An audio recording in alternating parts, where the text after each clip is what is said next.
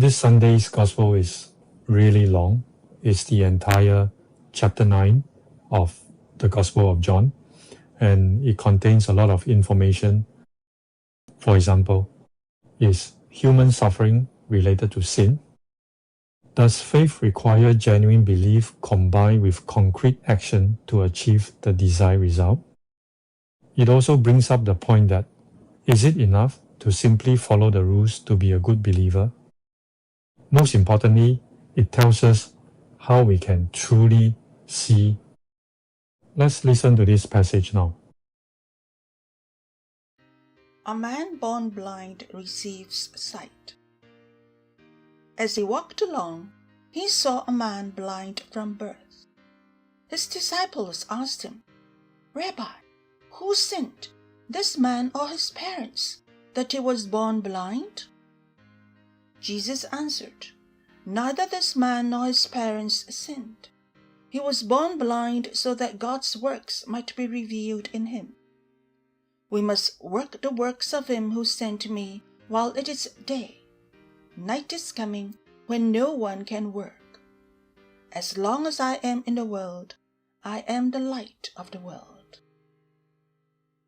When he had said this, he spat on the ground and made mud with the saliva and spread the mud on the man's eyes, saying to him, "Go, wash in the pool of Siloam," which means sent. Then he went and washed and came back able to see. The neighbors and those who had seen him before as a beggar began to ask, "Is this not the man who used to sit and beg?" Some were saying, "It is he." Others were saying, "No, but it is someone like him." He kept saying, "I am the man." But they kept asking him, "Then how were your eyes opened?" He answered, "The man called Jesus made mud, spread it on my eyes, and said to me, 'Go to Siloam and wash.' Then I went and washed and received my sight."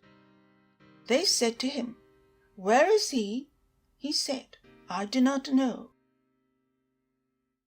The Pharisees investigate the healing. They brought to the Pharisees the man who had formerly been blind. Now it was the Sabbath day when Jesus made the mud and opened his eyes. Then the Pharisees also began to ask him how he had received his sight. He said to them, "He put mud on my eyes, then I washed, and now I see." Some of the Pharisees said, "This man is not from God, for he does not observe the Sabbath." But others said, "How can a man who is a sinner perform such signs?" And they were divided. So they said again to the blind man, "What do you say about him? It was your eyes he opened." He said, "He is a prophet." The Jews did not believe that he had been blind and had received his sight until they called the parents of the man who had received his sight and asked them, "Is this your son, who you say was born blind? How then does he now see?" His parents answered, "We know that this is our son, and that he was born blind, but we do not know how it is that now he sees, nor do we know who opened his eyes. Ask him. He is of age. He will speak for himself." His parents said this because they were afraid of the Jews, for the Jews had already agreed that anyone who confessed Jesus to be the Messiah would be put out of the synagogue. Therefore his parents said, "He is of age. Ask him." So for the second time they called the man who had been blind, and they said to him, "Give glory to God. We know that this man is a sinner." He answered, "I do not know whether he is a sinner. One thing I do know, that though I was blind, now I see." They said to him, "What did he do to you? How did he open your eyes?" He answered them, "I have told you already, and you would not listen. Why do you want to hear it again?" Do you also want to become his disciples?"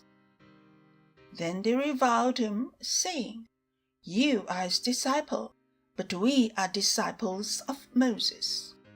We know that God has spoken to Moses, but as for this man, we do not know where he comes from." The man answered, "Here is an astonishing thing.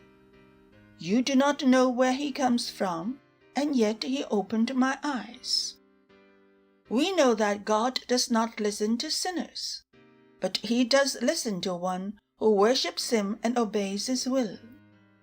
Never since the world began has it been heard that anyone opened the eyes of a person born blind. If this man were not from God, he could do nothing." They answered him, "You were born entirely in sins, and are you trying to teach us?" And they drove him out. Spiritual blindness. Jesus heard that they had driven him out, and when he found him, he said, "Do you believe in the Son of Man?" He answered, "And who is he, sir? Tell me, so that I may believe in him." Jesus said to him, "You have seen him, and the one speaking with you is he." He said, "Lord, I believe," and he worshipped him. Jesus said, "I came into this world for judgment, so that those who do not see may see, and those who do see may become blind." Some of the Pharisees near him heard this and said to him, "Surely we are not blind, are we?" Jesus said to them, "If you were blind, you would not have sinned. But now that you say, 'We see,' your sin remains."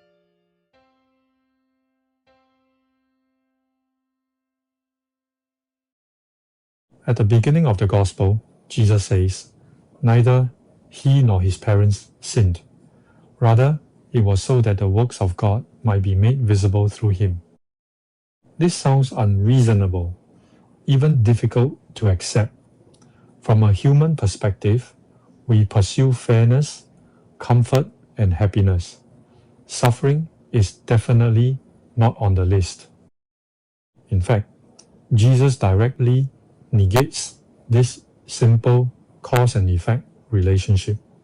Instead, he points out that personal suffering is not about repaying a debt of past sins. Rather, it serves a higher purpose, allowing God to manifest his power in those who sincerely believe in him, transforming suffering into a stage for glorifying God. What treasures have you discovered in this passage? Feel free to share with us. See you next time.